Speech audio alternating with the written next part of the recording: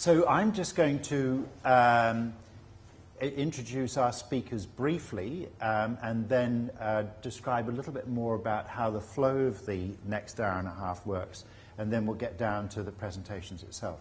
Starting on the far end is David Cagle. David would be very well known to many of you. He was a politician for many years in Christchurch City Council and then on in national government. He's held all sorts of portfolios such as Minister of Health and Finance. And then in due course in the 90s was then in law and has gone on to do a whole range of public service jobs, including now being chairman of the Electricity Commission. Robert Davis is next to him. Robert is the head of Department of Marketing and Management here at Unitec and joined us here at Unitec at the beginning of this year. And before that, he was at MIT, of course, the really famous MIT, just kind of down south. Yeah, and Otara. That's right. And before that, University of Auckland. And before Robert went off to do his PhD, he was working at IBM, particularly in the online space, and his PhD thesis was about Woolworths online. And so he's always had a great interest in the technology. And next to Robert is Sven Dahm, who's from Germany. And Sven is one of our international students. Sven has been here a year and a half now working on his master's, and we're going to hear a little bit more. I've already primed Sven and AJ next to him that I'll be asking them a little bit about why are they here and what would encourage them to stay in New Zealand once they had finished their studies. So next to Sven is AJ Murthy. AJ is from Bangalore in India and has been here 3.5 years and is working on a degree at the moment and is also, poised, hopefully, to be captured by New Zealand. But even if Sven and AJ go back overseas after they're finished their degree, I know that connection with New Zealand will remain very strong. I will introduce a third student at this point because a third student becomes really important in the next 2 weeks, and she's Tonya Wright, sitting just over here.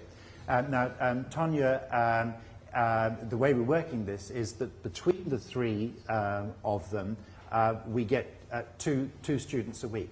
So next week, it's Tonya and AJ on the dairy industry, and then Tonya and Sven on tourism the week after that.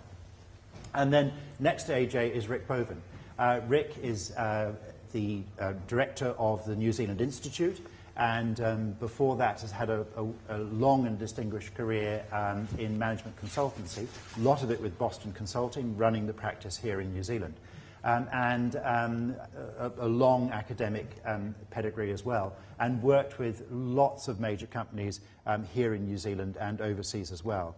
And Rick's PhD was in environmental management, and so it will be very interesting to, I might venture, to see those long-held interests of Rick coming through in his work at the New Zealand Institute.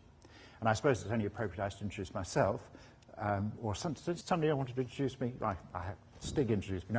No, I have been a business journalist now for more than a third of a century. Now, I also hasten to, I started quite young, I also hasten to add, I believe I'm only halfway through my career. Now, if Alistair Cook can still be doing Letters from America at the age of 94 for the BBC, I can just do this. And for me, business journalism has always been an amazingly evergreen career and discipline. And I've practiced it in various countries, and I've now been here in New Zealand with my family for 12 years. I'm only 12 years old. I'm not yet a teenager as a New Zealander. But I've always hugely enjoyed being here because given the sort of scale and scope of the country, it's possible to get together a group like this and have this kind of discussion. So that's us, and we'll have a fair amount to say, but I hope you have an awful lot to say as well in the course of the evening. And our link with the outside world are these two screens here, where we've got various tweets coming through, but also Peter Mellinew, who's sitting there with a laptop. Peter is one of our academic colleagues here at Unitec, and I'm going to be watching his body language. And that's why I've had him seat strategically right there. So if I feel that he's excited about something he's seeing coming in, I'll ask him to let us know what it is. So there we are. That's how it's going to work. Brief presentations from each of us. A few of us have slides, not everybody. And then we'll just rattle through those and then start to get very interactive.